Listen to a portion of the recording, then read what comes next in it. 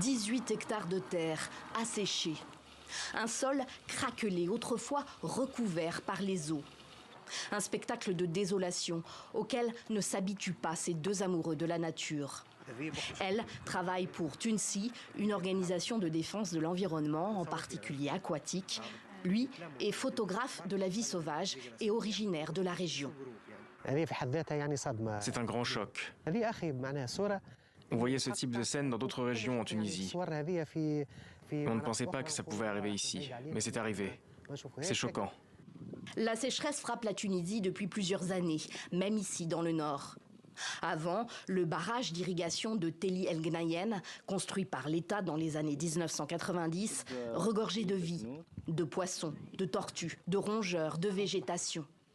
Les oiseaux migrateurs que Badreddine Djemar se régalait à photographier ne feront plus halte ici cette année pour boire et se sustenter. L'eau est l'essence même de la vie pour tous les écosystèmes, et pas seulement dans les zones humides. Une zone humide, c'est un endroit où la présence de l'eau est essentielle pour la survie de tous les animaux. Mais je le répète, ailleurs, la présence de certaines espèces dépend aussi de la présence d'autres espèces, car tous les animaux interagissent entre eux et la disparition d'une espèce en particulier affecte toutes les autres. C'est exactement ce qui s'est passé avec les poissons ici.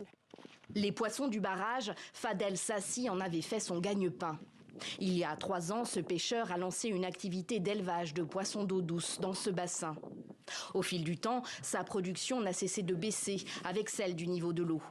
Et au printemps, la situation a encore empiré lorsque des habitants de la zone ont vandalisé les installations et cassé la vanne qui permet d'irriguer les champs, de remplir les ouettes des alentours.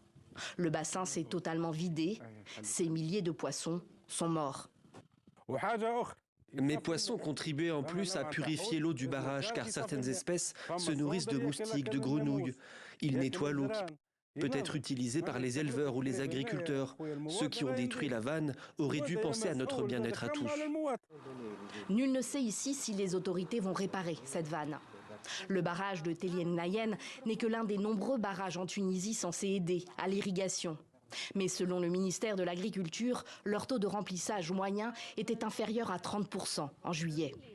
Fadel Sassi, lui, est retourné pêcher en mer, même si la Méditerranée est elle-même de moins en moins généreuse pour les pêcheurs.